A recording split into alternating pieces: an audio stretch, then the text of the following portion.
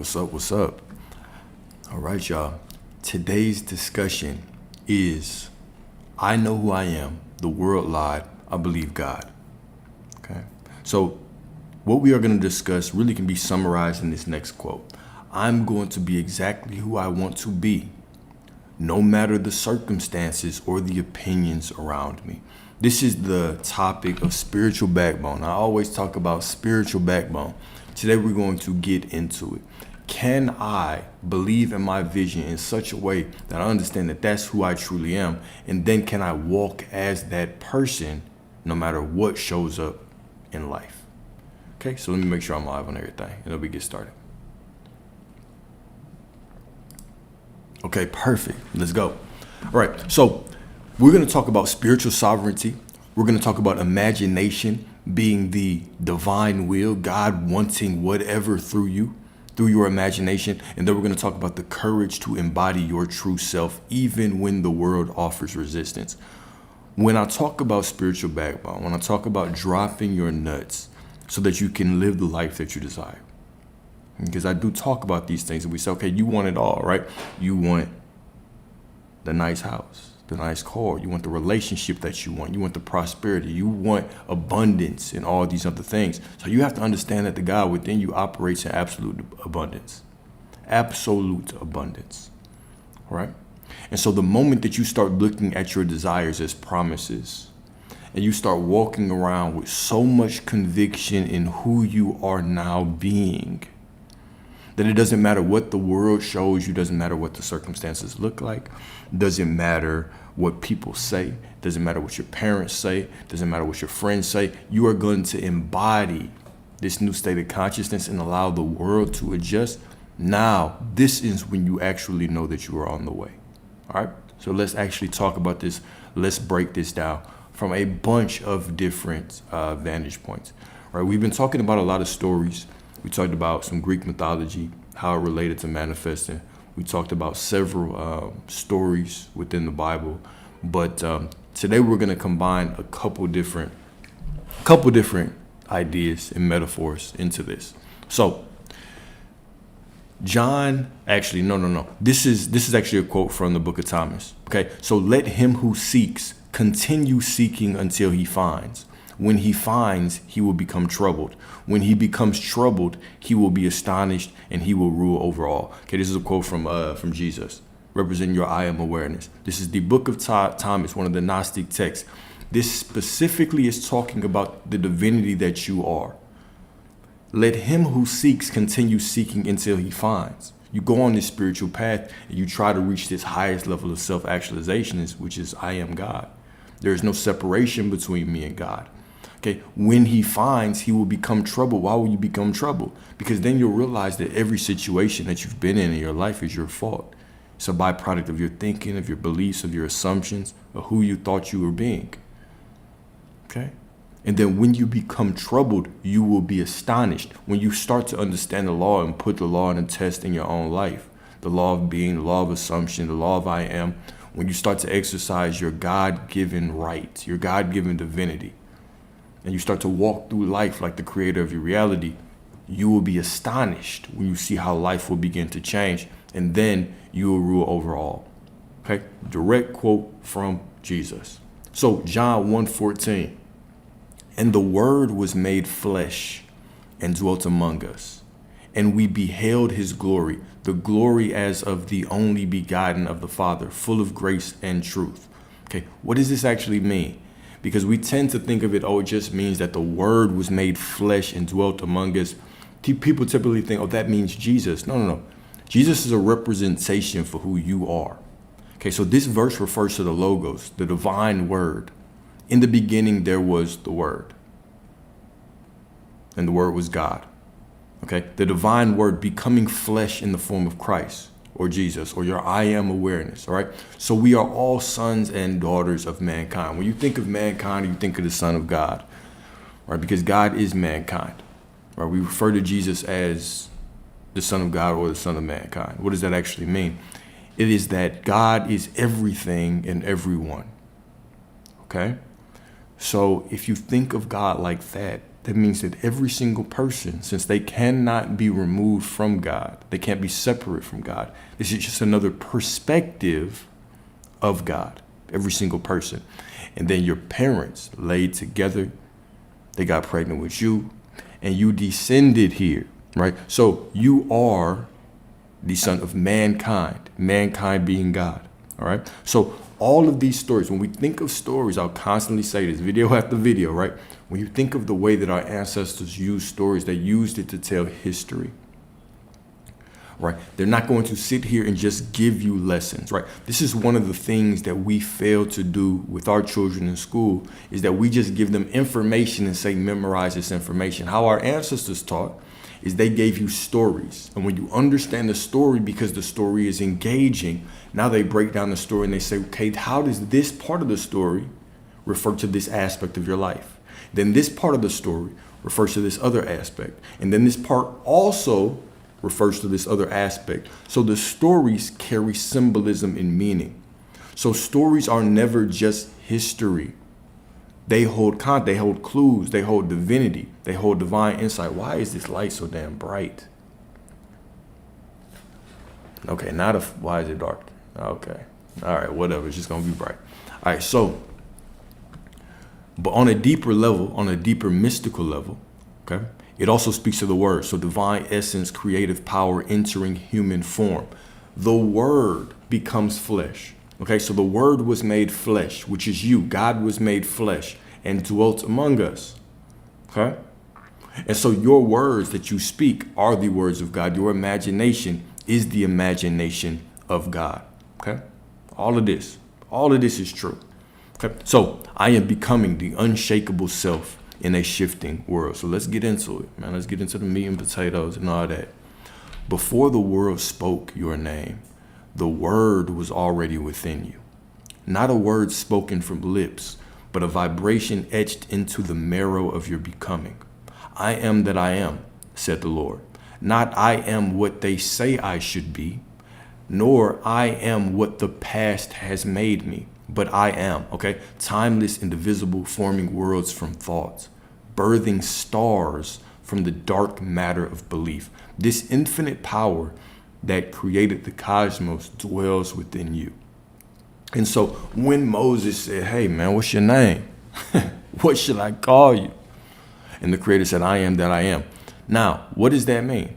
I am that I am. It means I am whatever you say. The power within you can do whatever you say. This is why even later when the Israelites are leaving Egypt, and they get to the sea and they start complaining and whining and we should have stayed in slavery. And they start saying all these things. And Moses said, well, God, what should we do? God looks at them and says, what are you praying to me for? Just go.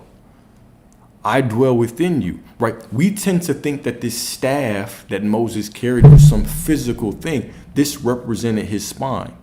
The same way that Hermes Trismegistus had the caduceus, which you always see on the ambulance. It's used as the nursing symbol, right? It is this staff. It's got a ball at the top of it. It has wings, okay? This represents your spine. The top, that dot on the top represents your third eye. The wings represent spiritual illumination, coming into the awareness that you are God. This is all that means. Okay, so we see the symbolism all through the Bible. Moses' staff was in his knowing of who he was. It was his ability to speak through his I am awareness. What are you praying to me for? Just go. Okay, this rings true in our life as well. What are you praying and begging and whining and bitching and complaining to the universe to or for? Just go. Declare who you are. Declare what the situation is and start moving. Okay, so I am that I am, said the Lord. Not I am what they say I should be. Okay, who are you giving your power to? Who do you say you are? Are you just doing what you do because your parents said it was a safe way, even though your soul yearns for something more? Your soul is begging you to take a different route. Your friend said you couldn't do this, so now you're just a shell of yourself. This old person broke your heart and now you walk through life guarded. Who are you being? Are you being someone because of what you've experienced, because what other people have told you?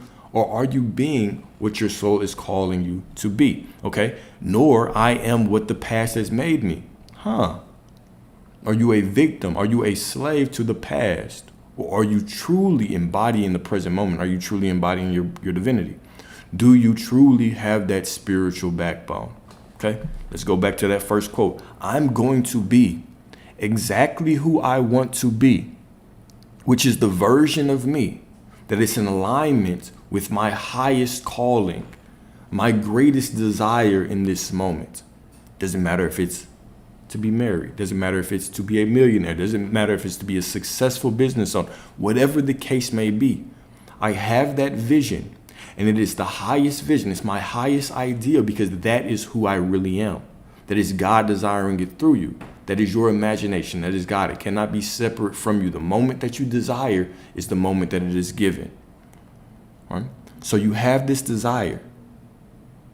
And now you are reminded who you are. You've been remembering incorrectly. All these things that are making you feel negative is you remembering incorrectly. So now that you remember correctly, I am going to be exactly who I want to be, no matter the circumstances, no matter the opinions around me, no matter who says what, no matter what it looks like, no matter how I feel, no matter what I do. I will go back to that constant awareness that I am the divine. It will never go away. This is a game of consciousness, awareness. How long can you stay conscious? An hour, 2 hours, a day, or forever? Can you stay conscious? And any time that you fall out of consciousness, can you bring yourself back? You say, okay, how many times do I have to do that? An infinite amount. How many times do you have to forgive yourself for falling off the path? An infinite amount, right? What did Jesus say? I didn't tell you to forgive your neighbor 7 times. I didn't say that there was a law and you can only forgive them this amount of times to get what you want. I said 7 times 70, which in the Hebrew translates to 490, which actually translate in the alphanumeric wording. It means infinite. You should forgive yourself an infinite amount of times. You should forgive your neighbors an infinite amount of times. This is what this means. All right. So let's go to work, man. Let's get into this lesson. Okay. So I am timeless, indivisible, forming worlds from thoughts. You are forming worlds from thought. See, you don't think of yourself as divinely as you are. Your imagination creates new worlds that you are collapsing into this timeline. You are infinite consciousness. You underestimate your power. You believe that your thoughts are just in your mind. Your thoughts are creating worlds. Your thoughts give you fulfillment. Your thoughts are creating completely new environments, completely new people. Your thoughts are reality. Okay. You are birthing stars from the dark matter of belief. How cold is that line right there? You are birthing stars from the dark matter of belief. Your belief births worlds, births realities, births entire timelines. Your belief does that. Okay? Section 1, imagination is the womb of identity. Imagination is the womb of identity. So Neville Goddard quote, dare to believe in the reality of your assumption and watch the world rearrange itself. Everyone plays their part to you. Everyone plays their part to who you are being. When you walk in your divinity, the world plays its part. When you walk as a victim, the world plays its part. It's all a theater reflecting you. When you say all men ain't shit, every single soul, every single man turns towards you and plays their part to crystallize that belief into fact. When you say all these women ain't shit, they just gold dig, they ain't worth the damn, every single woman turns towards you and plays their part to crystallize that belief. When you say the economy is so bad I can't get a job, every single soul in the world turns to you to crystallize your belief. When you say I am divine, I am God, God flows through me, I can have whatever I want, every single soul turns towards you and assists you in crystallizing that belief into reality. This is your power. But because you have been programmed and brainwashed into victimhood, you don't believe it. It's too difficult. I can do it for 2 hours, but I look around and nothing's changed. Nothing's changed. I've been doing it for 2 hours. How long do I have to do? I didn't tell you to forgive yourself 7 times. I said 7 times 70, infinity, an infinite amount of times. I am going to be exactly who I want to be, no matter what the circumstances or the opinions around me are. Don't give a damn what my parents say. Don't give a damn what my friends say, what my siblings say, what my spouse says, what the circumstances says. I don't care. Spiritual backbone. You have to be who you say you are going to be. When you sit in visualization, when you sit and do affirmations, you are making a declaration to the universe. This is who I'm going to be. Thou shalt decree a thing and it shall be. Right? I know I give all these soft lectures, but every once in a while we got to sprinkle some fire into it, right? Thou shalt decree a thing and it shall be. You have to have spiritual backbone. You have to declare in your visualization, in your affirmations, who you are and move as such. No one told you to beg. You do not get a response from the God within you by begging. God, please bring this person to me. Please bring me this money. I need it. I'm in lack. No, you speak as divinity. You speak as a son of the Creator, as a daughter of the Creator, because that's what you are, nothing less. You do not approach the God within you, source, like a beggar. You approach it and you decree it. Thou shalt decree a thing and it shall be. This is scripture. What does decree mean? To speak as a legal authority. And if you spoke as a legal authority, guess what you would do afterwards? You would walk through life confidently with backbone, and you would say, it shall be done. My Father and I are the same. We are one, but my Father does the work.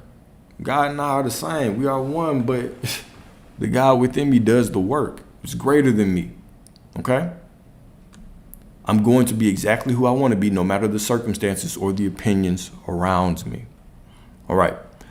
So, imagination is not a daydream, but the very face of God. Really internalize these words. Imagination is not a daydream, but the very face of God. If you desiring something, is God desiring it through you, then what is your imagination? Your imagination is your direction of God through you. You've never been a victim.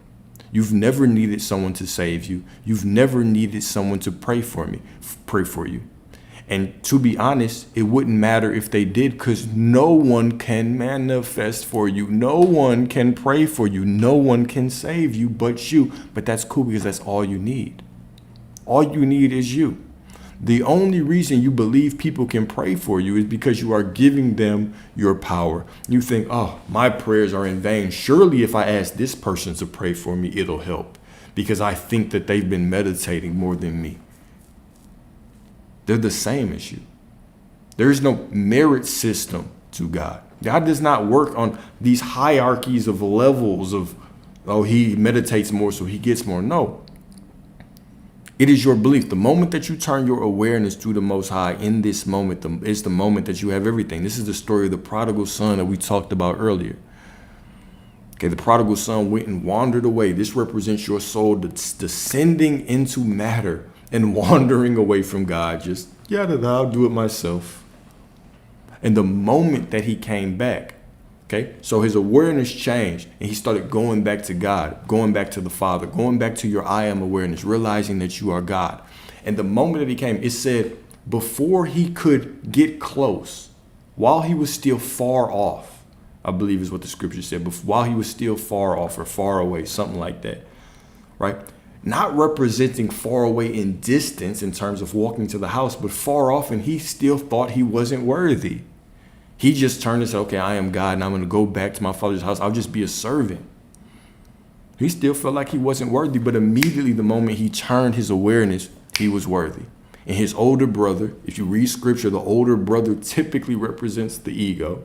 We look at the older brother of the prodigal son. We can look at the older brother of Esau, the older brother of Jacob, right? We can look at all these people. This represents ego. What did he say? He turned to his father. He said, hold up. I've been here this whole time. You haven't given me a feast. I've been here this whole time. And the father looks at him and said, yeah, you have been with me, this whole time. And everything I have is yours. But everything I have is his too, because he is with me now as well. And so the father goes to the prodigal son, and what does he do? He gives him the robes. What does the robe represent? He gives you your identity back. You're walking around thinking that you're just flesh. You're walking around thinking that you're just nobody. You're walking around thinking that you have to worship somebody far away. Someone's going to save you, dip you in a pool and baptize you and make you holy. The baptism is you coming back to awareness of who you are. You were baptized in the womb, in the water of your mothers. This is where you were truly baptized. You came into this world worthy. And the moment that you flip your awareness back to the Most High, the Father greets you just like he greeted the prodigal son. He gives you your robe. The robe represents your identity. He crowns you again. You are a son of God. You are a God. You are the creator. What else did he give him? He gave him his ring. He put a ring on his son. This represents authority. Now that you understand who you are, you have authority. Because I understand that God is within me. Because I understand that I cannot be separate from God. Because I understand that I am God. I have authority.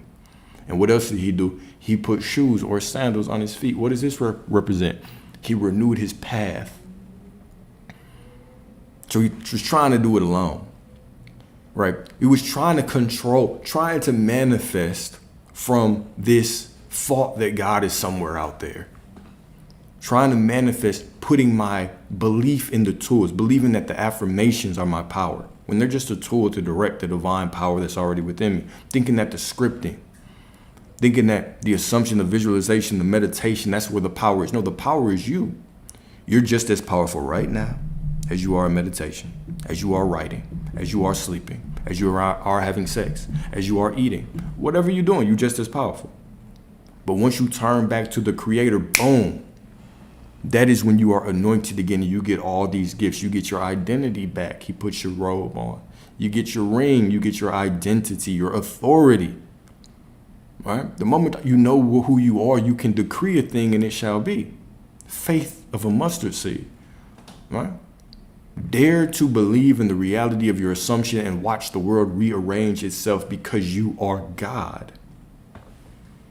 Okay? Because you are God.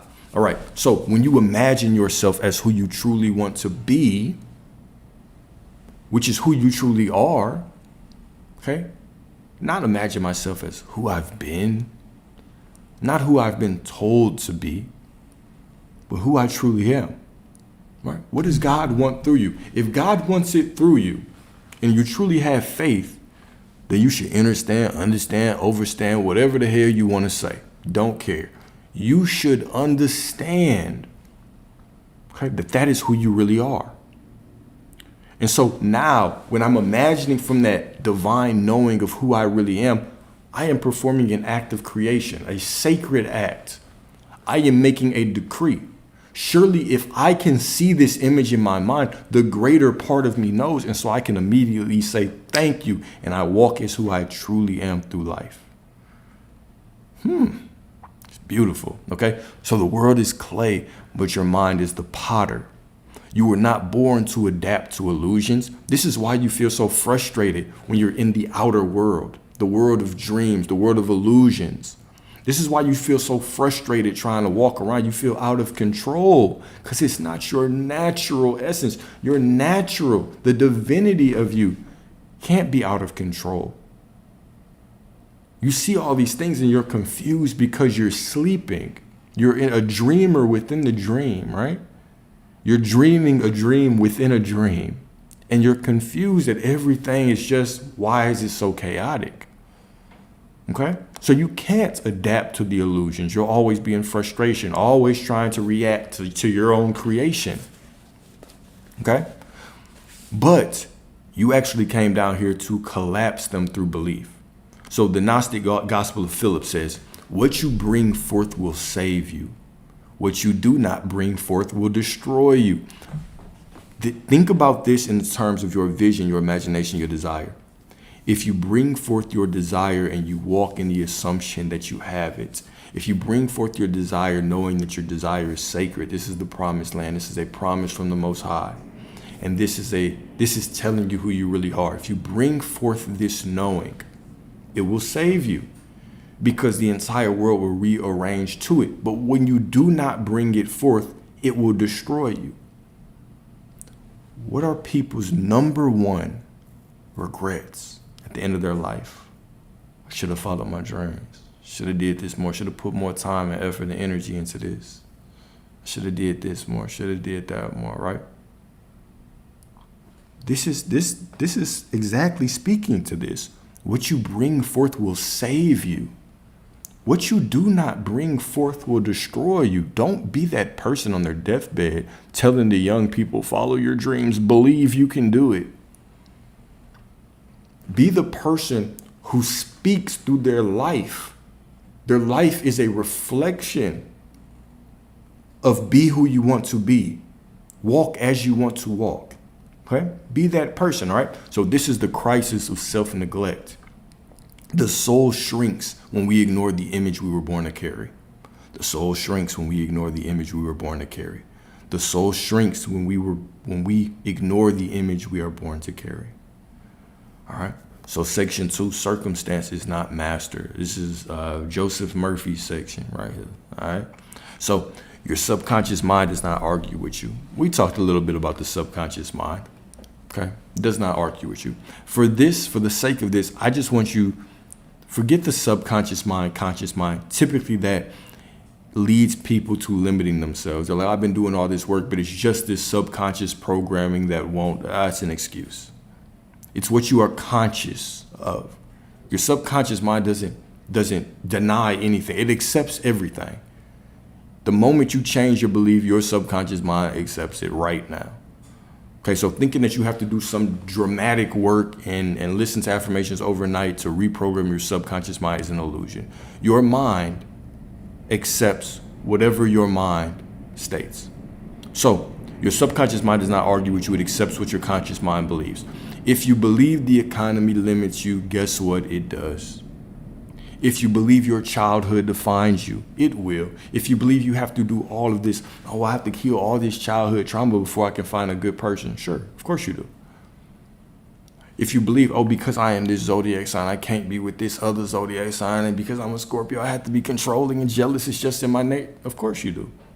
Of course you do. You've built that prison. And now you have to dwell in it. This is how strong your mind is. Even when we think of zodiac signs, your zodiac sign is not a prison. It was never meant to constrain you. The God within you is infinite. Can't be constrained to a zodiac sign, to an angel number. These are just aspects. These are just meant to show you things about yourself for this incarnation. Maybe it has to do with karma. Maybe it has to do with other things, but they're just guides to transcend. Right? I am a Scorpio myself. Walking around believing that I have to be jealous and controlling. Yeah, those were things that I did struggle with when I was younger. But that doesn't sound like a good, I don't want to be in a relationship where I feel jealous and controlling. That doesn't sound fun to me. It doesn't sound fulfilling to me. It doesn't sound like a good relationship for me or that other person. Why the fuck would I want that? So I could make that my prison or I could transcend it. A lot of us like the prisons. We like the limitations. Oh, I'm an anxious avoidant. Oh, I have to be this way. I have to be with this type of person. Do you? Well, because you believe it, yes, you do. But you can just as easily dismantle that belief. You can just as easily dismantle that, right? How many kids are told by their teachers, you're not going to be shit? Some of them aren't. Some of them are. What is the difference? How many times do people walk in the doctor's office and they say, you have X amount of time to live? How many live further? How many died before? So we take other people's words and they turn into voodoo doctors in our life. Whatever they say, all of a sudden becomes the fucking sentence in our mind. And it crystallizes in reality. Your belief is what crystallizes these things. Exactly, the placebo effect. We did a lecture on this, the placebo effect. And what do I actually call it? The God within you effect. This is all it is. It's the God within you effect. Science just calls it the placebo effect. You think you are sick. You have this illness. You have this critical injury, right? And I gave you example. We went through example after example of the placebo effect. Everything from cancer, people healing their cancer off placebo pills. Doctors saying, okay, we told these people we're going to do surgery on them. We didn't do shit. We just marked them up. We sliced them open a little bit. We didn't replace anything. And all of a sudden, boom, they're healing. The power of their mind. This is the God within you effect. Your belief creates reality. If you need an example to show you how powerful you are, go look up the placebo effect. Get on Google, say, what is the most profound, what are the most divine instances of the placebo effect? And you'll see case after case after case after case of people just sick, tired, broken down, crippled, cancer, all these things.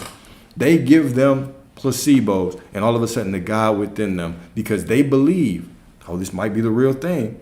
I think it could be the real thing, actually. And all of a sudden, no more cancer. How? How is this? How is this possible? This is the God within you. This is the power within you, right? And people still want to think that God is something out there, something far away and foreign that you have to beg to. When we see time and time again, you look at these clinical studies and people literally just believe that they are better from taking a sugar pill, and all of a sudden the God within them activates because they open up their consciousness to belief. How divine is that? How fucking divine is that? All right. So if you believe the economy limits you, it does. If you believe your childhood defines you, it will. But if you dare to speak the language of heaven, I am whole, I am chosen, I am becoming, I am worthy, I'm divine, I'm a God, I'm a goddess, whatever you may be. Okay? Your subconscious, your mind, the God within you will obey. Thou shalt decree a thing and it shall be. The moment you speak as a legal authority, I am whole, I am worthy, I am divine. These feelings, this knowing transcends feelings. Me knowing that I am God transcends feelings. I can have a shitty day. I can go outside and somebody can come cut me off in traffic. I can get bad service, but I'm still God. And so I can easily come back into that inner knowing that everything is still working out divinely for me. And so can you. This isn't a feeling. This is a knowing. Let's not get it confused, right? You don't conjure up the feeling of knowing that you're God. It's just a knowing. It transcends feeling. I don't care how you feel. I don't care if you feel worthy or not. You still are. I don't care if you're sad or happy. You still are. I don't care if you think you're far away, just like the prodigal son, the story we talked about earlier. It doesn't matter if you believe you're far away. You're still worthy. Okay? It has nothing to do with feelings. You cannot control your feelings. You can control your knowing. Okay? So even the Apostle Paul wrote, Romans 12:2, be not conformed to this world, but be you transformed by the renewing of your mind. How often do I have to renew my mind? How often do I have to exercise discipline? How often do I have to forgive myself for falling off the path or forgive my neighbor? Infinite. An infinite amount of time, not 7 times, but 7 times 70, as Joshua or Jesus, your I am awareness says. Okay, so be not conformed to this world. Don't be conformed to the illusion. Understand that you are God. Know that, walk as that, be that. Okay, cool. So to renew the mind is to return to the eternal blueprint. You were not made to bow to circumstance. This is not the calling of your soul to bow to circumstance. You were born to command it. So let's actually talk about the story of the potter, because we hinted or alluded to the potter and the clay earlier. So Jeremiah 18:1-6, the word which came to Jeremiah from the Lord saying, arise and go down to the potter's house, and there I will cause thee to hear my words. So get your ass up and go to the potter's house, and there I will cause you to hear my words.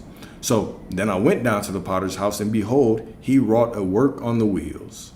And the vessel that he made of clay was marred in the hand of the potter. So he made a vessel, it was in the hand of the potter. So then he made another vessel. Okay, that seemed good to the potter to make it. So who is the potter and who is the vessel?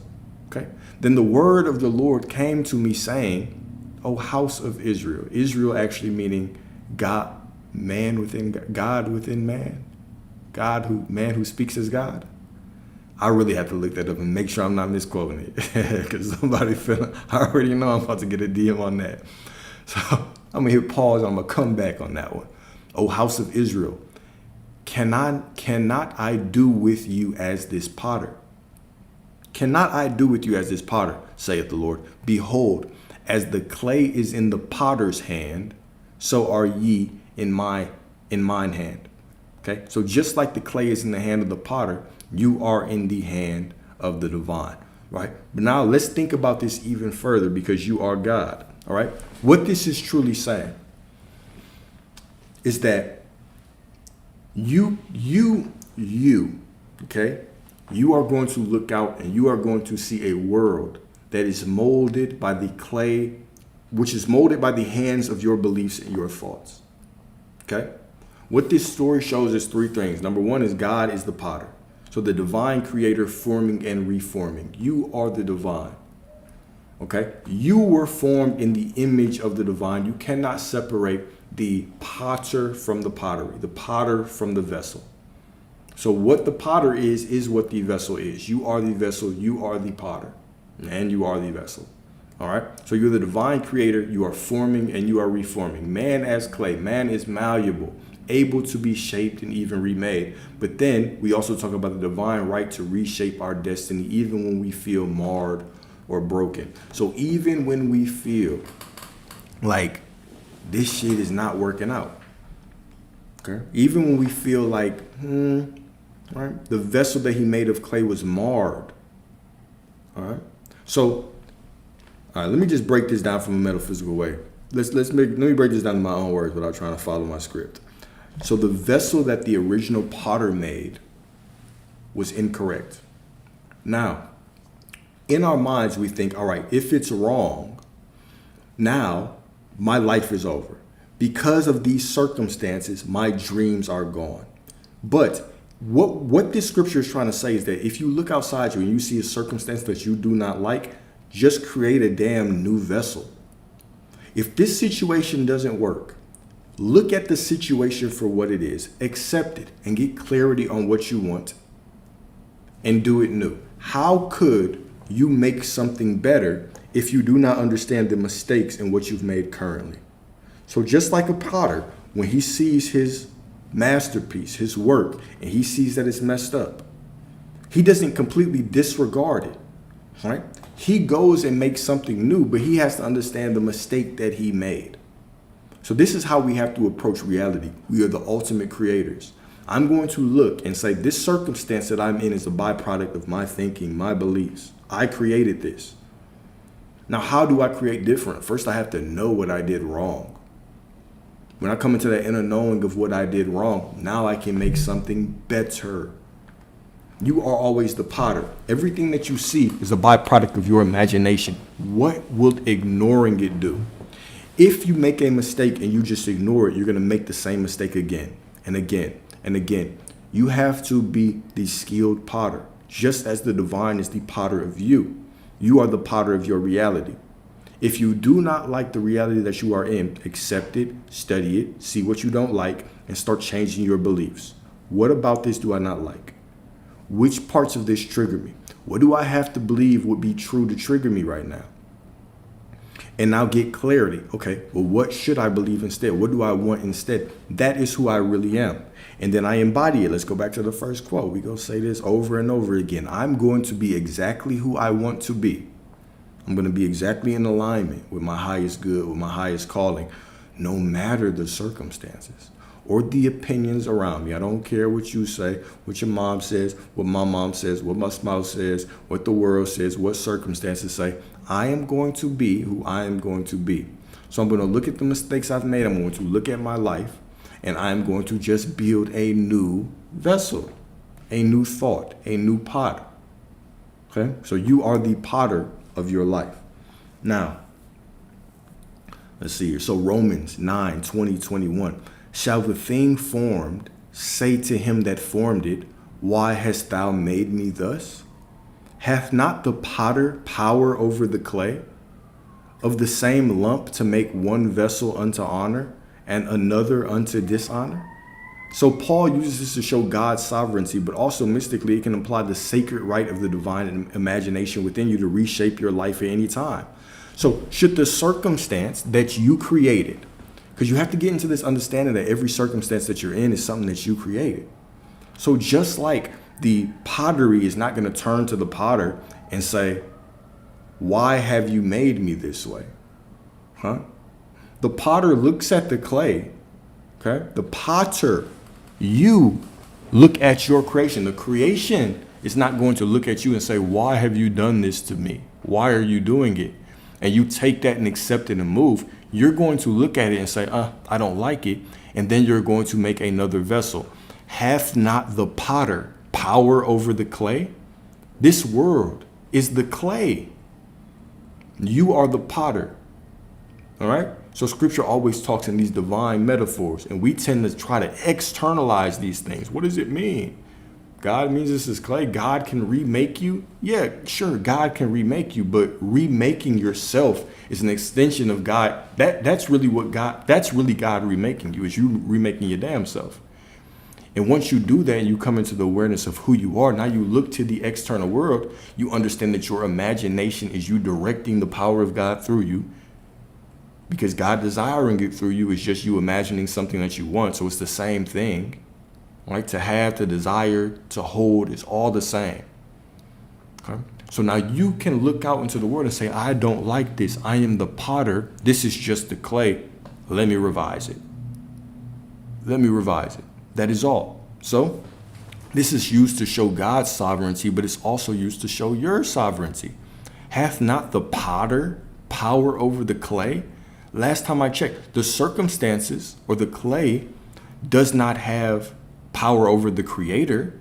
The creator has power over the circumstances. So oftentimes we get so caught up in the circumstances, we start looking at things incorrectly. You are the potter. The circumstance is the clay, not the other way around. Okay?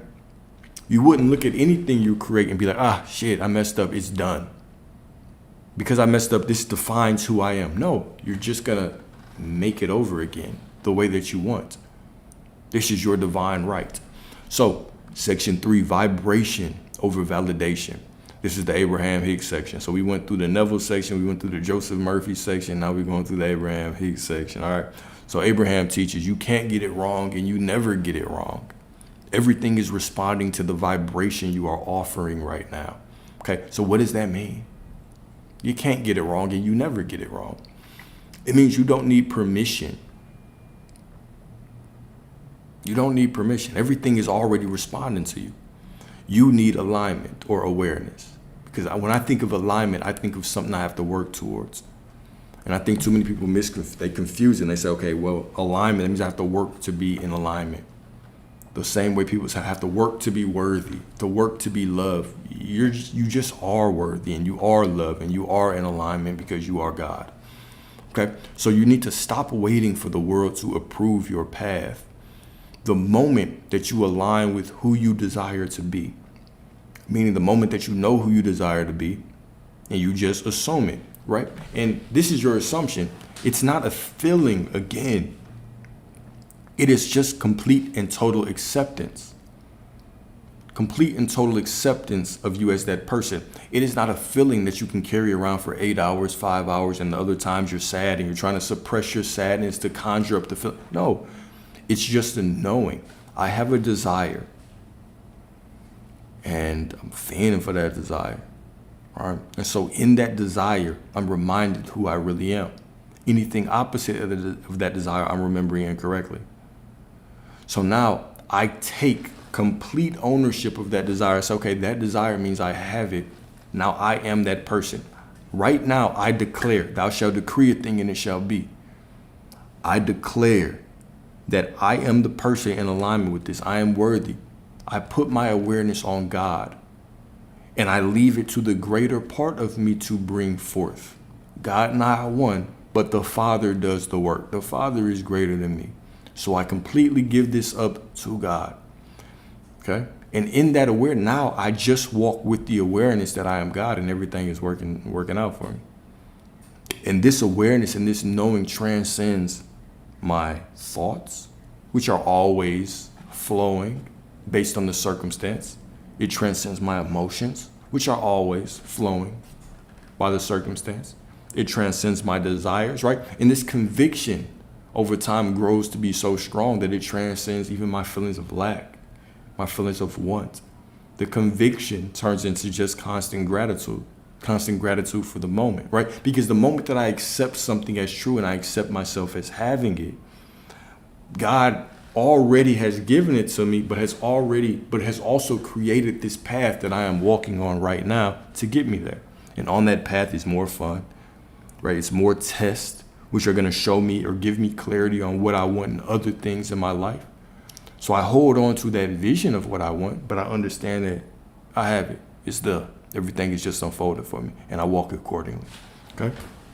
So not because the world changes first, but because you do. If you want proof that you are actually walking or you're actually going to get the things that you want, if you truly want proof, then look inside of yourself and say, how aware am I that everything is working out? Because you want to really know what determines if things are working out. Your belief, your knowing. And when you try to tie that knowing to a feeling, it becomes very difficult. When you try to tie your knowing that everything is working out to some feeling, when I feel good or I feel this way or I feel confident, that's my belief. That's my belief. No, that's not it. That's just you feel confident. That has nothing to do with your belief. Your belief is a knowing. You could feel unconfident and unworthy, and you could just feel like today is a down day, but you can still fall into the belief or have that internal belief that everything is working out. That is how you know that you've shifted. That is how you know that you are living in the awareness of who you are. All right? So as the mystical psalmist knew, delight yourself in the Lord and he will give you the desires of your heart. Psalm 37:4. Not just grant you desires, but place them within you. Okay, so desire is not selfish. Desire is sacred blueprint, evidence of what is possible. Okay, so section 4, Gnostic fire and mystical defiance. The Gospel of Thomas whispers, if you bring forth what is within you, what you bring forth will save you. But it also warns, if you do not bring forth what is within you, what you do not bring forth will destroy you. So what destroys a soul faster than living a lie? What destroys a soul faster than living a lie? Okay, mystics throughout the ages, that is the answer to the question, by the way. Right, living a lie destroys the soul faster than anything. The first time I read it, I thought, why the fuck did I say that? Well, what is the answer? No, the answer is living a lie destroys the soul faster than anything. All right, so mystics throughout the ages defied kingdoms and churches to speak their truth. So Teresa said, let nothing disturb you. Let nothing frighten you. Everything passes. God does not change. When people say that famous quote, you are the sky, everything else is the weather. Okay, your feeling of sadness might be the rain. Your anger might be a thunderstorm. Right, it might be a hurricane, a tornado, whatever. But that constant, unchanging presence behind it is the sky. You are the sky. So do not associate your beliefs, not your beliefs, your knowing of who you are with these lower things. Okay, the sky is it's high. Okay, it's unchanging, it's always there. Your beliefs, okay, not your beliefs, your feelings and your emotions are lower. They're like the storms that pass underneath the sky, the firmament or the actual atmosphere, whatever you believe in, all right? So your emotions pass under it, but your knowing is still here. Okay, so all your feelings are happening. These circumstances happen on the ground. Okay, all these things are changing. Everything underneath this knowing is changing, but the sky is still there. The sky is present constantly, always 100%. Okay, so dare to be who you are, even if it offends the old version of you, especially if it offends the old version of you, even if it offends other people. Okay, people will always have something to say. The moment that you decide to do something to change, Your parents are going to say something. Your friends are going to say something. The world's going to say something. Circumstances are going to say something. But who cares? Be who you are. I will be who I am. I will be who I want to be. I'm going to be who the fuck I want to be. And I don't care what you say or how you feel about it. People will say, oh, you need to be humble. This is what they say when people are walking in their true divinity. When people walk through life and understand that they're God, they'll say, oh, you should be less arrogant. You should be more humble. What does that mean? Right? People will always take offense to the parts of them that aren't confident. Or you see somebody walking in the fullness of their confidence, and it offends you. Why? A lot of times these things are callings to ourselves. And I think it's not even something that, I don't think this is a foreign thing to anyone. I think most people, if not all, have been in a situation where we've looked at somebody and we've admired a part of their confidence. Maybe it threatened us, or maybe we felt a little insecure or shaky, or we didn't know how to feel about it, but they were so sure about themselves. So sure about themselves, it triggered something within us. And truly the question that we should be asking is, how come I don't feel that way about my beliefs? How come I don't have that much conviction in my life? How would it feel to walk through life with the conviction that you were God, with the conviction that everything was working out for you? How would you feel? How would you feel if you could really embody that verse, be still and know that I am God? How would you feel to surrender right now? Play the game, right? It's Saturday night. Y'all ain't doing nothing, right? Take a deep breath right now and let it out. Okay, and take another deep breath. And think about all the things that you've been holding on to, the desires you have. How would it feel to put them down for a second? How would it feel to walk in the absolute conviction that I don't need to think about this, worry about it? If I do think about it, I can just say, it's done, and put it to the side. How would it feel to fast forward in my life 5 years and just get a glimpse of me living the dream, of me having everything that I wanted? You have the spouse that you want. Y'all are in love. You have the money that you want. You live in the place and the location that you want. You're experiencing the things that you want. You have the relationships with friends that you want. Everything is worked out for you. How would it feel to walk through life in the conviction that those things were happening? Would you feel lighter? Could you tell jokes easier? Could you laugh easier? Could you be yourself more? Could you open up to your friends more? Would your relationships be better now? How would you move through life? Do you have less headaches in the morning? Right. Did you go for walks more? What would you do? How would you feel to know that this was true? To truly be still and know that you were God. How good would that feel? This is a feeling of alignment. This is a feeling of alignment. That simple act of imagination right now, that simple act of, for a couple seconds, thinking about your future and everything working out and imagining yourself 5 years from now with everything working out, that is a divine promise. What you just imagined was God imagining it through you. That's as simple as it is. We don't have to overcomplicate the process. The brief feeling that you could have of saying, man, I would feel better if I just dropped that. That is you signaling to God to go do what you do. You have an attack dog. You have a protector by you, a pit bull by you that's ready for you to take it off the leash and let it into the world to protect you. But you're holding on to it. You're trying to make it a chihuahua, a lap dog.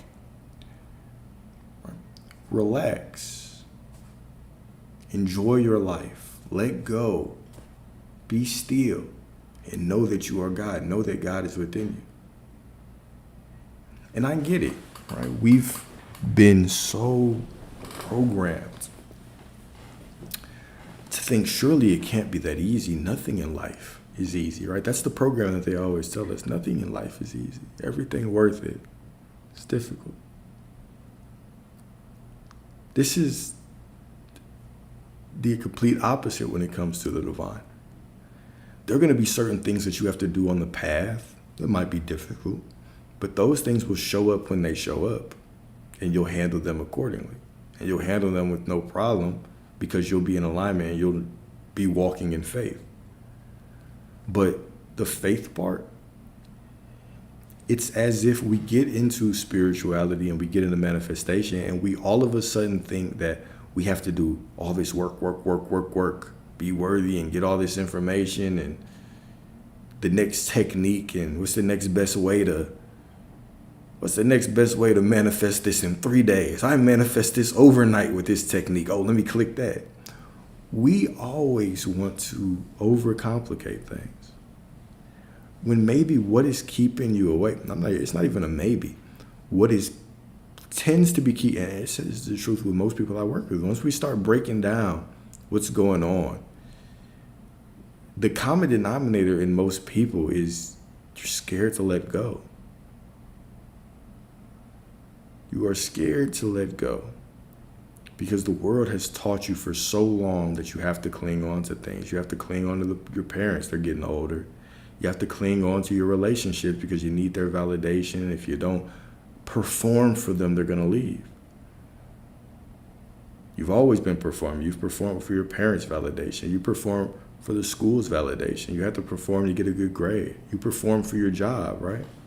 You got to do this and meet the performance reviews and you have to perform all the time.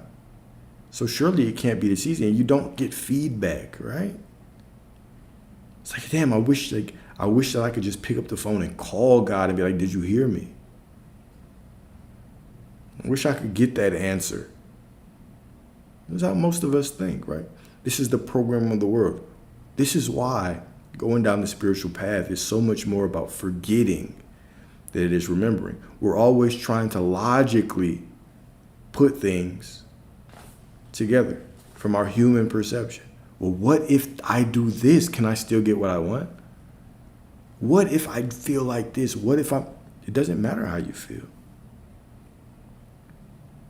What if you released it? What if you actually felt good and you let go? You ever just thought in your mind, damn, I wonder what this person's doing. Maybe I should call them. Nah, maybe later. And then you completely drop it and you just go about your life having fun. And all of a sudden they call you out the blue. That's manifestation. You know what? I want this. Man, I can imagine how good my life would be with this. Okay. It's a promise. It's done. Now let me go live my life. Let me go watch the game. Let me go turn up. Right? Let me go meditate. Let me go cook some nice food. Let me go enjoy my family. And then when you least expect it, boom, it pops up. This is manifestation.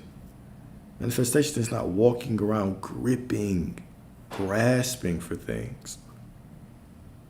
Right? It's just being. It's just being. You've been manifesting before you've been manifesting for lifetimes.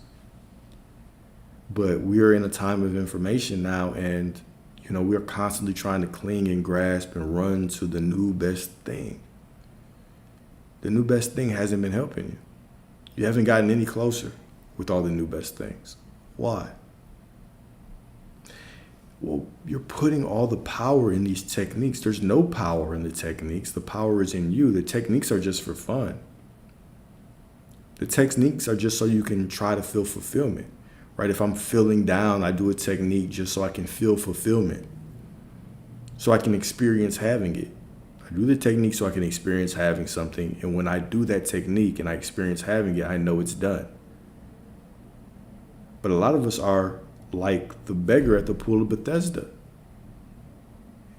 In that story, the pool of Bethesda is the crippled man. He's at the pool and he says, okay, well, an angel is going to come in and stir the waters at a certain time, and whoever gets in first is going to be healed. Then Jesus, representing your I am awareness, says, don't you want to be healed?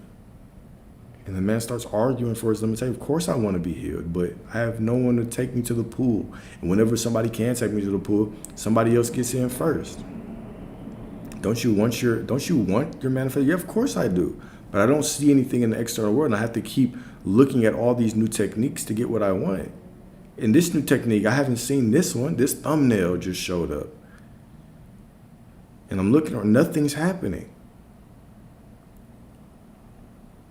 Don't you want to be loved? Of course I want to be loved, but I have no one to give me love. Do you want to be prosperous? Of course I want to be prosperous, but I have no one to give me prosperity.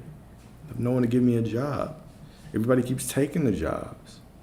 I keep seeing that all these other people are getting their manifestations in a month, in a week. How come I haven't? Man, it's got to be the technique. Let me go try something new. The technique is you. The technique is you. What you'll truly see if you study yourself, why things haven't been working is because you've been clinging to techniques. It's the next thing that I can try and do.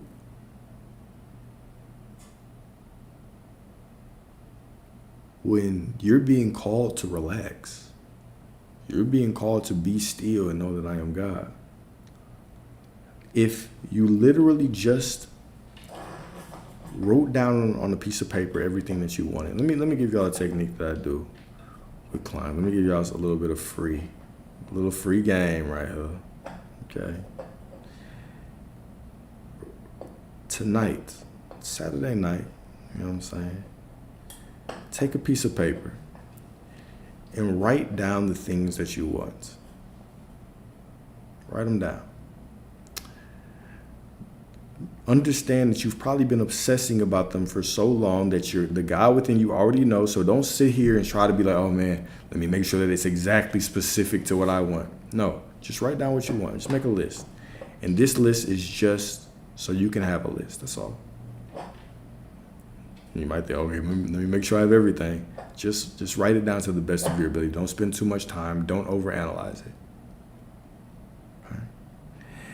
And then fold up that piece of paper and put it in a cabinet in your house, a high cabinet, like a top shelf. Put it in the back somewhere. And then I want you to sit down and meditate. And the first thing that you say, I want you to say, God, you know my list. You know what I have left on that list. You know what I have not put on that list. You know what I've put on that list. You know what I want. You know what I don't want. Off top. I leave this all to you. Okay? And then your affirmation for the next week. What you're going to meditate on, okay? You're going to, every time you meditate, you are going to just imagine that you got good news. You're not going to specify what the news is. You're just going to say that you received good news. Thank you for this good news. So grateful for this good news. I keep getting all this good news. Damn, why does everybody keep giving me good news? I get nothing but good news. Everywhere I go is good news. You don't specifically start trying to think of what the good news is. You just meditate on good news. And your affirmation throughout your life will be, I am worthy. Okay? So all your meditations will be on thank you for good news. And your only affirmation is, I am worthy. It doesn't matter if you're happy, sad, angry, don't care. Horny, sleepy, whatever. Your only affirmation is going to be, I am worthy. You're going to say this when you're working out. You're going to say this when you're driving. You're going to say this when you're cooking. Whenever you have free time, you're going to say, you're not going to press it to where you make sure that you say it a certain amount of time. Whenever you become aware, this is going to be your affirmation. And whenever you start dwelling on what you want and you start obsessing, you're going to go back to thinking about this. You're either going to meditate and think about, I'm just getting good news. And if your mind just starts creating things, sure, just let it go, right?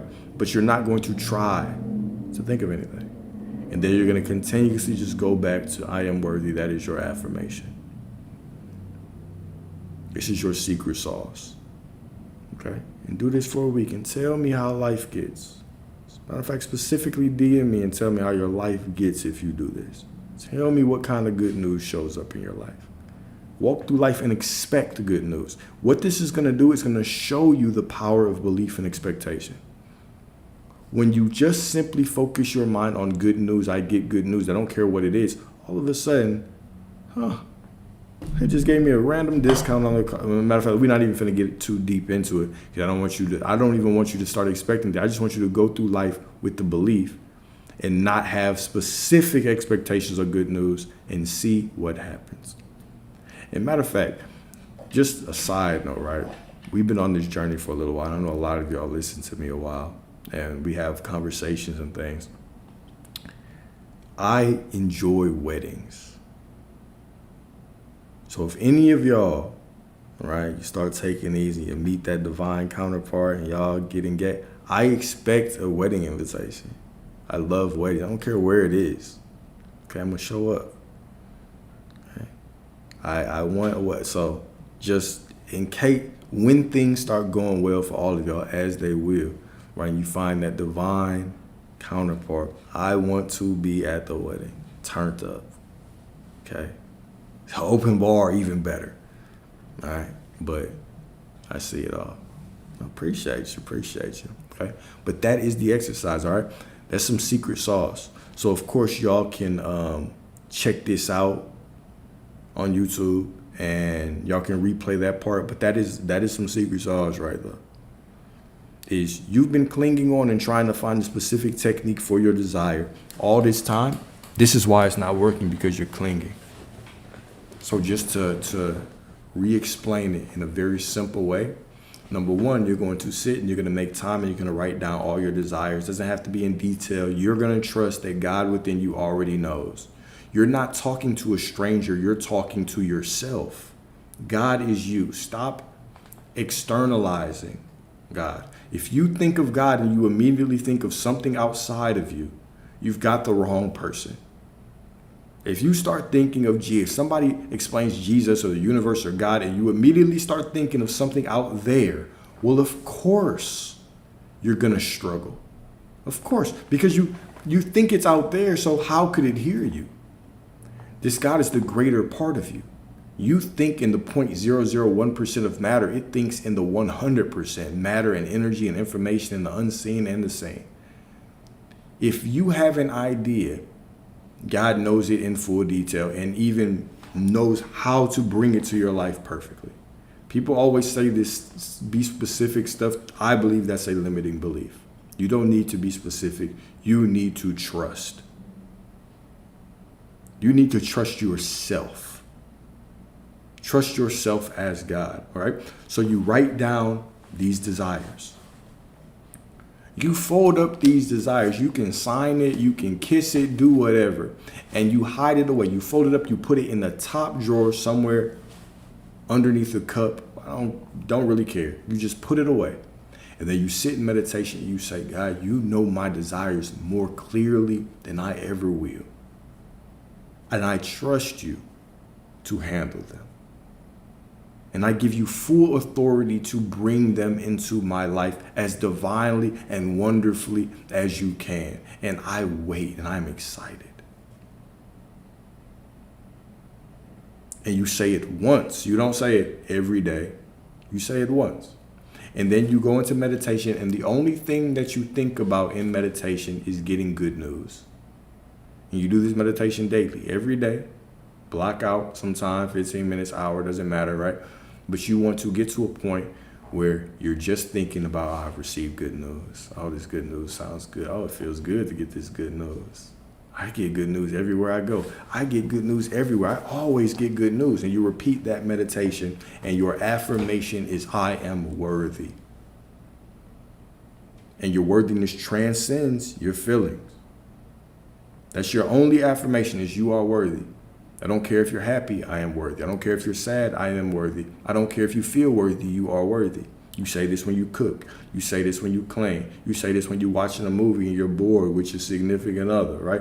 You say this when you're driving. You say this whenever you can. You don't have to force it, but that's your one affirmation. You don't look up any other techniques. You don't try to look through and find new thumbnails, manifest what you want in 23 minutes. You don't do that. You lock in on you and your internal state of being. Okay, do this for 7 days. And then let me know the results. Okay, let me know the results. Right? Your worthiness transcends your feelings. This is the story of the prodigal son that we talked about. The prodigal son walked away and said, man, I have to return to my father, which represents you returning to your God state. I got to return to him, but I'm just going to ask to be a servant. And before he even got the moment that he turned his awareness to go back, he was still a ways off. While he was still far off, we think it means in the distance. He was still way the fuck out there. No, he was just far away off. Like, he felt unworthy. But your I am awareness said, oh, you know who you are. Boom. The moment that you turn and you put your awareness on I am God, on the God within you, immediately your awareness snaps into place. Boom, boom. Right? The moment. So what happened? All of a sudden he got his robe. The Most High put the robe on him, representing your identity. You get your identity back. You are a child of God. You are God. Gave him the ring. You get your authority back. You command everything. And your shoes. Now your path is made clear. So this is your only job. The burden is heavy. I know it's heavy, right? The burden is heavy. My yoke is easy. This is what the divine says. So instead of you going out there and trying to find all these new techniques and just delaying what you want because you're clinging, you're putting all of your power in techniques and content creators and the next best method, relax, be still, and know that you are God. Okay? You can clip this part, you can listen to this part over and over again, but that is your task. If you find that you've been frustrated with trying to get what you want, that is your task. Okay? Next 7 days, bare minimum. But I promise you, if you commit to it, 7 days will just be the beginning. It'll just be the beginning. Life will get sweet. Okay? But you have to let go. You have to let go. Okay? So, the final section, the becoming flame. Right? You are not a mistake. You are not behind. You are not broken. You are becoming. The seed does not ask the forest for permission to grow.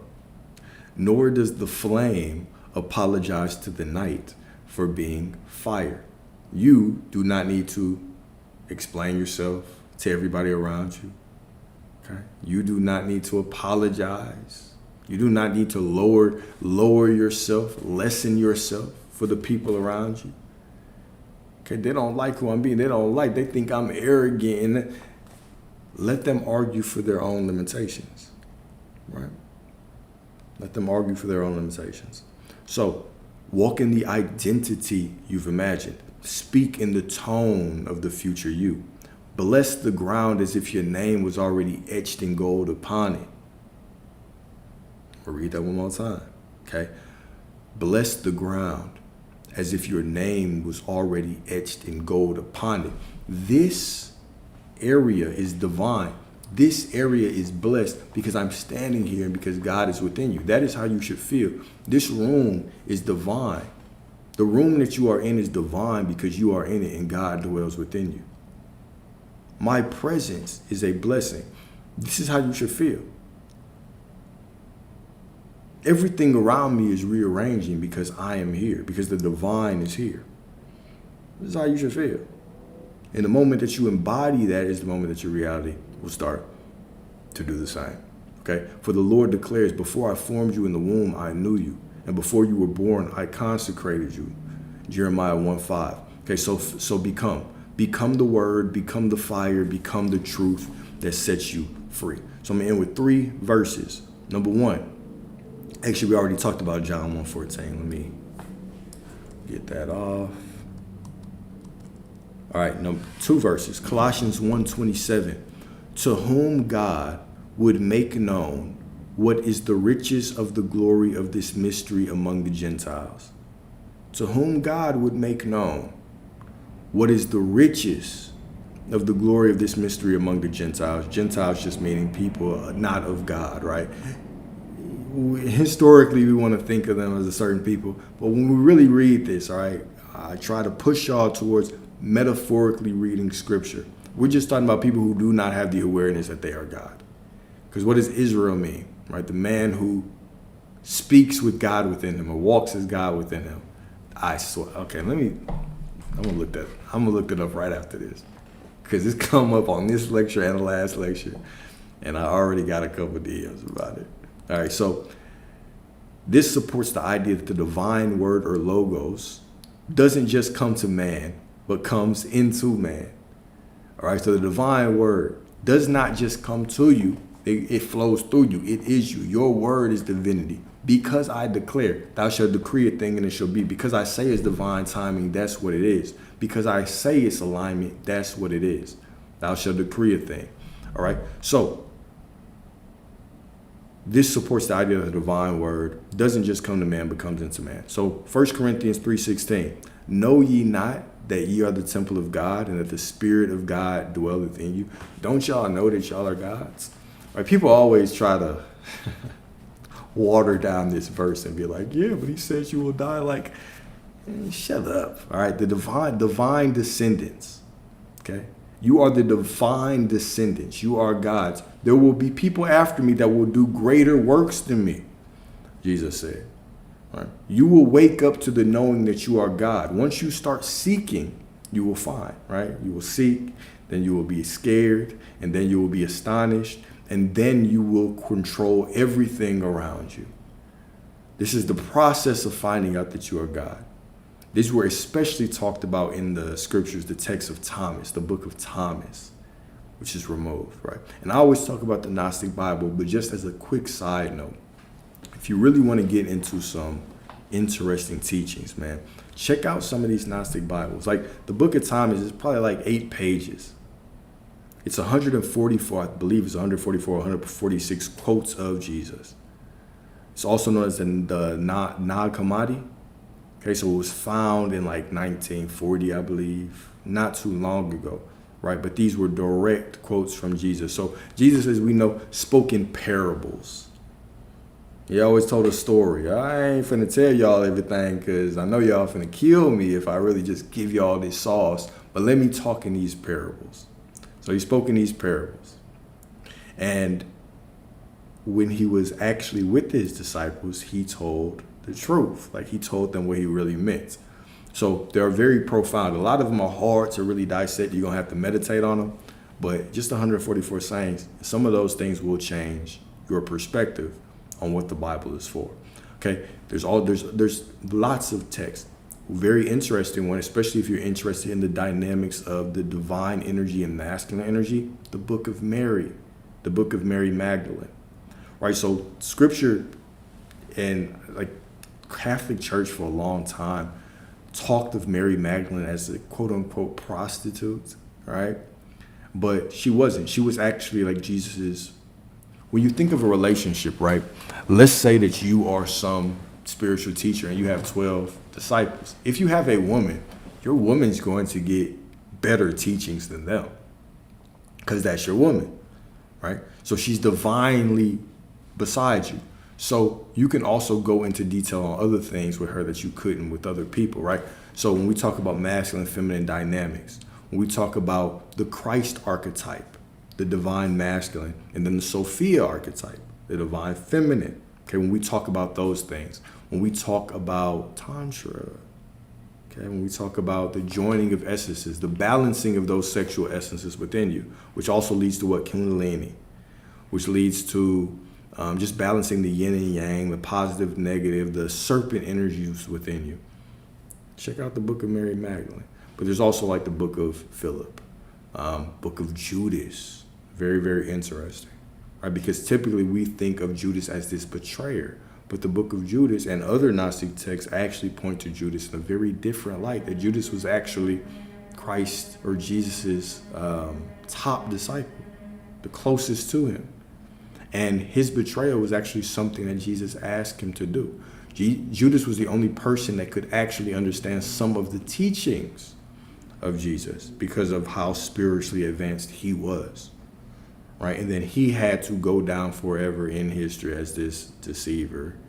But it was actually Jesus who needed him to do it so he could fulfill this quote unquote prophecy, which is interesting, right? But it just puts a whole nother light on a lot of things. So the Gnostic texts are very, very, very, very interesting. Very interesting.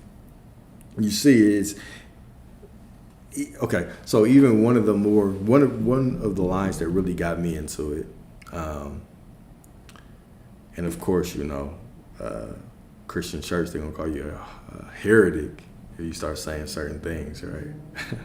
But if you think of the God in the Old Testament, this is just food for thought. Take it or leave it. If you think of the God in the Old Testament and then you think of the God that Jesus speaks about, they're two completely different things. So the God in the Old Testament is a God that would test people so far as to say, Abraham, kill your firstborn son to show me that you care about me. All right. The God of the Old Testament was ruthless, wiped out the world, okay, just killed everybody. Did a lot of things. But then Jesus comes in and his message is completely different. Turn the other cheek, right? And treat your neighbor as yourself and love everyone, forgive everyone. How often should we forgive somebody, Jesus? 7 times 70 translates to infinity, as we've talked about, right? So he had a completely different perspective on the world. But there are a couple of verses in some of these Gnostic texts that will really intrigue you if you start thinking like that. Because the first time I read the Bible and I really started thinking about the Old Testament God, I was like, this doesn't seem like the all-loving. I hear all-loving and then I see completely wiped out the world and send you to heaven and hell and all these things, right? So even the story of creation has always seemed odd to me. Like, okay, well, God, your plan to save humanity. So you created us just to worship you, and your plan to save us was to send someone, to send down here and get a woman who historians have actually tried to predict her age and found out that, this Mary, mother of God, was probably around the age of 12, was to get her pregnant. And then this son of yours would die. It just doesn't seem like the most divine plan, right? It just seems off. So one of the interesting statements in some of these Gnostic texts is Jesus specifically saying, hey, look, the God that y'all worship is not the same God that I worship. Right? The God I worship a God of light, a purely good, a purely positive God of light. And this God that you worship is a different God. So it brings in this hierarchy of gods and all these things, which you can dive into yourself, but just throwing some things out there. And then a second very, very interesting point is that Jesus makes the claim in one of these gospels and he says, I was the one who, am I going too far? No, I'm not. Fuck it. I am the one who actually told Adam and Eve to eat the apple. I'm the one who showed up in the garden and told them to eat the apple. So we tend to have this perception that it was, Lucifer. And Lucifer is referred to as the morning star. Okay? But also, what is Jesus referred to? Okay, the morning star, right? So they're referred to by the same name. And what was the first thing that was told? Y'all can eat anything except for this fruit, because if you eat this, you will die. And so people will try to say, oh, no, this was metaphorical, yada, yada. No, but the word was there. It was die. It was translated to die, right? They ate it, they didn't die. And so the serpent came up and said, no, if you eat it, they know that you will be like them. Who is them? Who is them? You use the plural. Even when you read the book of Genesis, right? Gods is referred to as plural. And historians often say like, oh, it's just a mistake or whatever. No. The God in the Old Testament in the Garden of Eden was referred to in a plural sense. All right, gods. All right, so something showed up and told Adam and Eve to eat of this apple, which cast them out of the Garden of Eden. Now, of course, this is metaphorical for a lot of things. This story had to wrap up a lot of information in it, but we're cast out. Okay? And so now you have this Jesus figure who's speaking up against the Pharisees who are claiming to uphold the law, which in the Old Testament, Lord just means law, right? The law is the Lord, right? But you have these two beings that were kicked out of Eden for eating this thing that was told to make them die, but they didn't die. So it was like you're already going off of a lie to start with. Okay, so you're already told a lie to start with. Right? So, but this just leads you on a little rabbit hole. Right? So basically what I'm saying is, oftentimes when we go to, school and we hear theology and all these things, it's like we're getting force-fed information. And all of the information that we're told, even when it doesn't line up, people are like, oh, well, just have faith and don't question it, and that's cool. If you want to take that route, it's cool.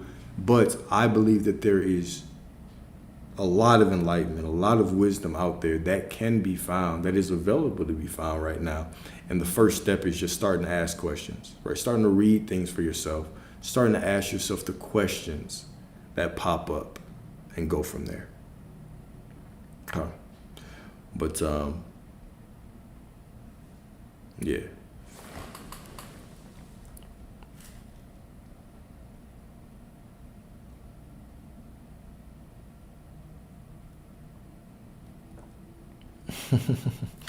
Yeah, man. So I went on that journey a while ago and just started getting into all these things. But you'd be surprised at what you can find. You'd be surprised at how much information is out there. Even just thinking about the unfolding of the Bible, right? Let's just think about the Bible as if it is a literal document. So we know that there was a Council of Nicaea that was ran by the Emperor Constantine that took all of these texts, all of the Bible, and basically aligned the Bible to Roman law. So all of a sudden, the Bible became a way to enforce laws in Roman. So in this council, what they actually did is they had debates and they stripped certain things out of the Bible. Anything that would make you think that God is within you was stripped out. But then also anything that did not align directly to Rome was taken out as well and rewritten. And so when you have a big council of people that are there to settle religious debates, and in the settling of these debates, they rewrite and revise text, well, it's already saying something right there, right? Now, of course, they have to keep certain things in so they can preserve certain stories in history, right? But that is alarming in itself. And then when you just think of the nature of Jesus, how he was, Jesus was a rebel, right? He went and flipped tables and flipped stuff in the synagogues and the temples and all that, right? And so he was the one that was healing people on the weekends, on the Sabbath. He was doing work on the Sabbath, right? And so the Pharisees, which actually translated means to separate, these were people that were telling him, hey, don't do that.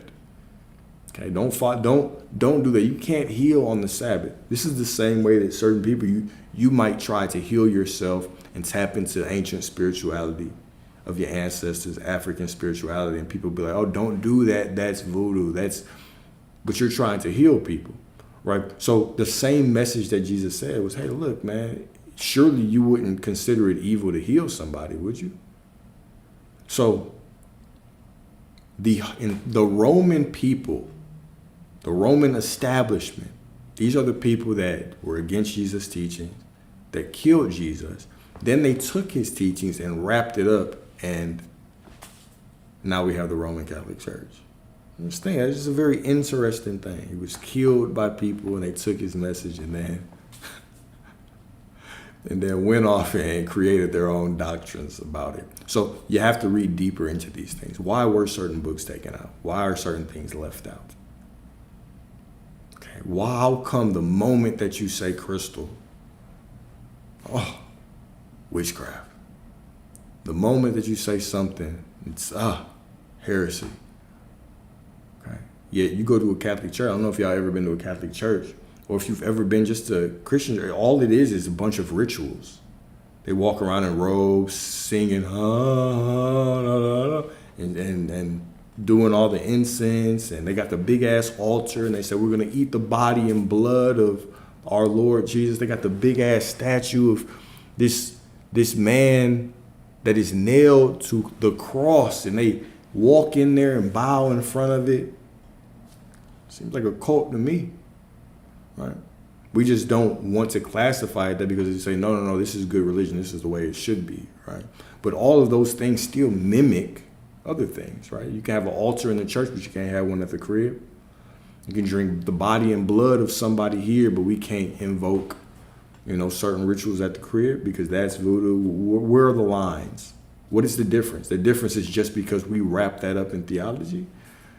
I'm sure if Jesus came back, he was alive today, he would look at this shit and be terrified. Like, why the fuck are y'all doing this? I was just trying to tell y'all that God is within you. But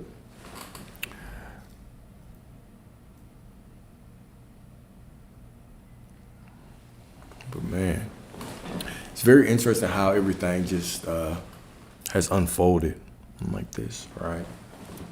I saw a post the other day on Threads. This dude was like, if people want to be doctors, they have to go to school. And it was like, I think if anyone wants to teach the Bible or wants to teach spirituality, they need to have some kind of certifications. I immediately in my mind was like, bro, this is exactly what the Pharisees were trying to do. This is exactly what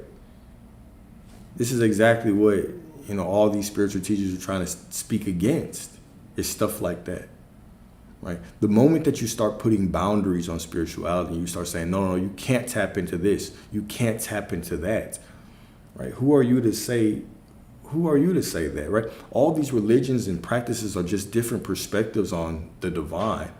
We want to step into our ego and say, okay, no, this perspective is better than this. Or because I'm a Christian, or because I'm a Hebrew Israelite, or because I'm a Catholic, or because I'm a Muslim, this is the way. No, it's just a perspective. The same way that my life is just one perspective of God. There are certain things that I walk in that I believe are true, but they're true for me because of my perspective. If I was born in a different place, in different circumstances, with a different skin color, right, in different socioeconomic class, my beliefs, my truths could be completely fucking different. Completely different, right? So my truth is just a byproduct of perspective. A lot of those things that I have that are my perspective, I can't really control it. It's just, they're things that I was raised into. And so I have to be aware enough to say, okay, yeah, it's my truth, but I also cannot close myself off to seeing someone else's truth, right? This is the nature of the mystical experience. How do you say it? How can you put a filter on how other people can experience God? How can you say that the only way that you can experience God is to go through this way? It's this way or no way.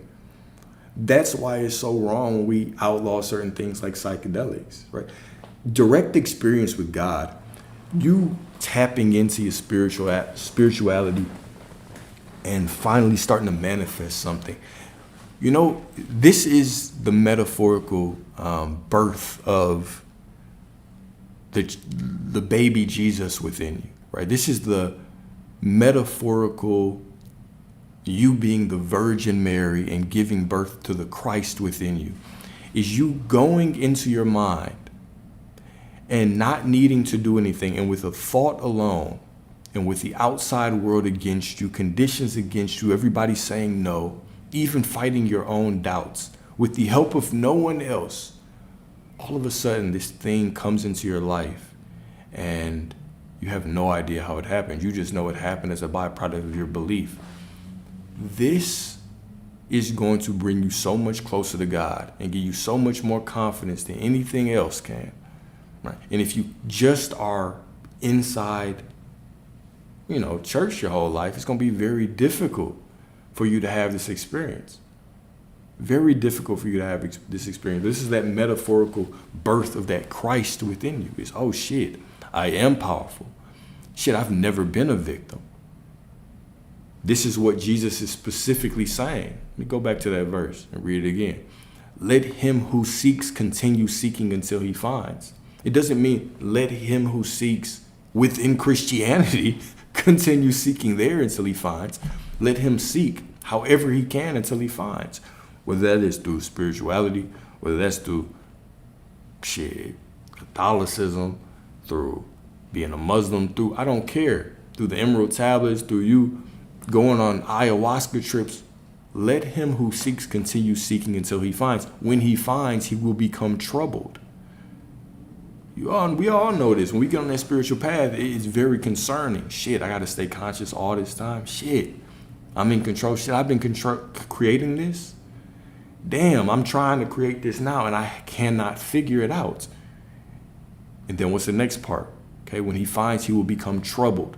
When he becomes troubled, right, this is already saying that once you become troubled and you see the problem, now you will become astonished. Because what does trouble and pain lead to? It leads to you waking up to who you are and starting to do a little bit more work. And then you have to surrender. That's why I'm giving y'all that surrendering exercise. Okay, so then you surrender. And what happens when you surrender? Life changes and you are astonished. And then you will rule over all. The direct quote from Jesus in the book of Thomas, let him who seeks continue seeking until he finds. When he finds, he will become troubled. When he becomes troubled, he will be astonished. And he will rule over the all. What is this saying? It's not saying just listen to your priest. He knows best. You know what? Come down here and put your salvation in the hands of some other man.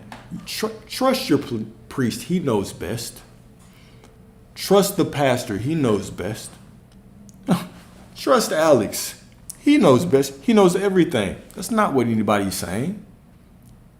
You don't put your salvation in the hands of anyone. You go seek and seek and seek and seek and seek until you find. Without boundaries, without limits, relentlessly. When you find, you will be troubled. Fuck, the more I know, the less I know. The more I know, the more I figure out I don't know shit. Okay? But it's in that is when you all of a sudden become astonished to who you are. Okay? And then you will rule over all. And now there's no need for me to change anybody because me simply changing my beliefs and my perceptions changes everything. There's nothing to change but self. Now you can walk in your divinity, right? I'm going to be exactly who I want to be, no matter the circumstances, no matter what people say, no matter how they feel. Why the fuck would why would you, if you had this vision of who you are, why would you change for one person? Why would you change for one person? People always have a problem. People always have a problem. Imagine you. I want you to just imagine this. I want you to think about how ridiculous this is. Hopefully this sounds as ridiculous as it truly is. God comes to you, walks into your room right now, pops out of you, because God is within you, and looks you right in the eyes and says, sit down, I want to tell you something. I got the best news. And you're so excited. Okay. He says, this is exactly what you're going to get. All those dreams, this is exactly what you're going to get. You say, okay. One condition. Okay, what is it? All you have to do is act like somebody who knows who they are. All you have to do is know that you are God. That's it. And then you walk through life and somebody says, oh, I just wish he was more humble. I just wish he was more humble. And now you have a choice. Because they've told you that, you can be humble and not walk in your promise anymore. Or you can walk in your promise and piss one person off. Which route are you going to choose? Which route are you going to choose? This is literally the choice that you have every day. Anytime you have an imaginal act and you say, oh man, I like that, I want that. You have the choice to continue walking as that person who knows that you are God, that God is within you, that you and God are one, but your Father does works greater than you. You had a choice to believe that or believe the illusion. I say, you know what? I am offending her. You know, I am speaking to his insecurities right now. Let me just be a lesser version of myself for him. Let me just walk away from what I want for him. This is the choice that you have. Okay, it's a very easy choice to make. Shit, forget them people. They're not going to bring, if you walk away from your dreams, they're not going to come bring you, they're not going to say, you know what, because you were so humble for me, here's that $1 million that you wanted. God came to me and said, because you were humble for me, that I should give you $1 million. That's not how it works. It's just not how it works. But we often think that it is. Right? We think that it is. So all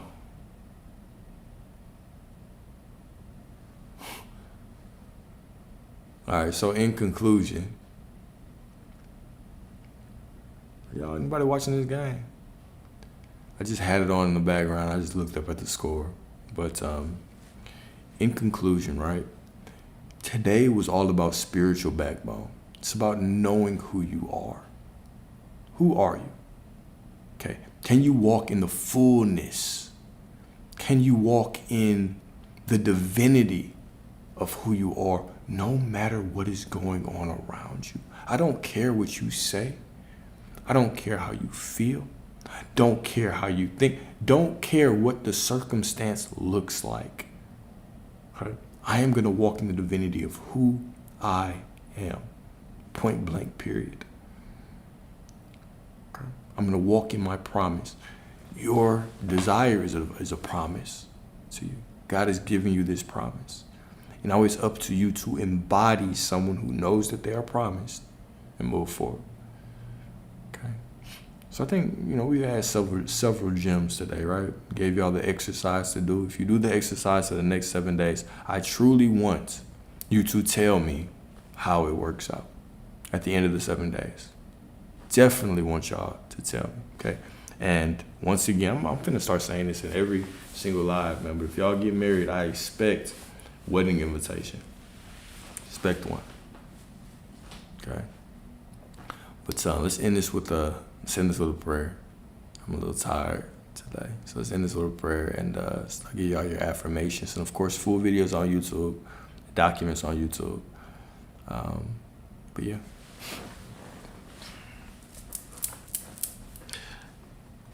Heavenly Father, thank you for everything.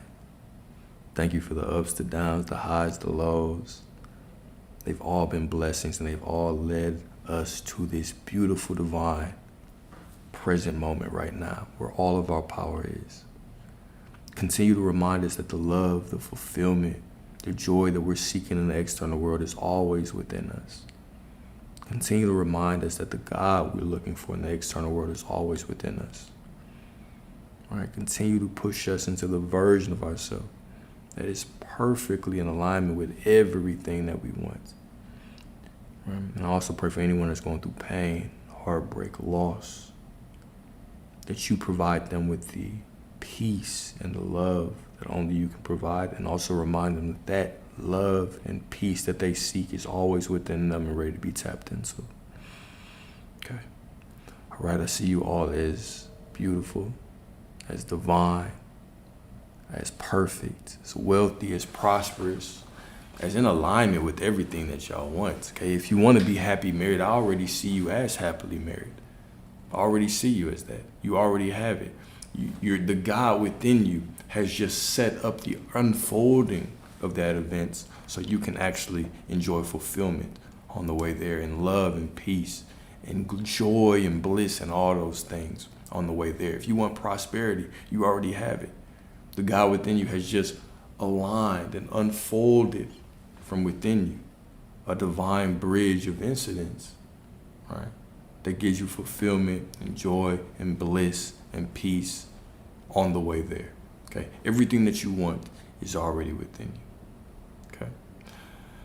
Y'all stay prosperous. Till next time, probably talk again tomorrow. If you are a mother, right, have a very, very beautiful, divine Mother's Day. And enjoy your day. Until next time, God willing. Talk to y'all later. Appreciate y'all.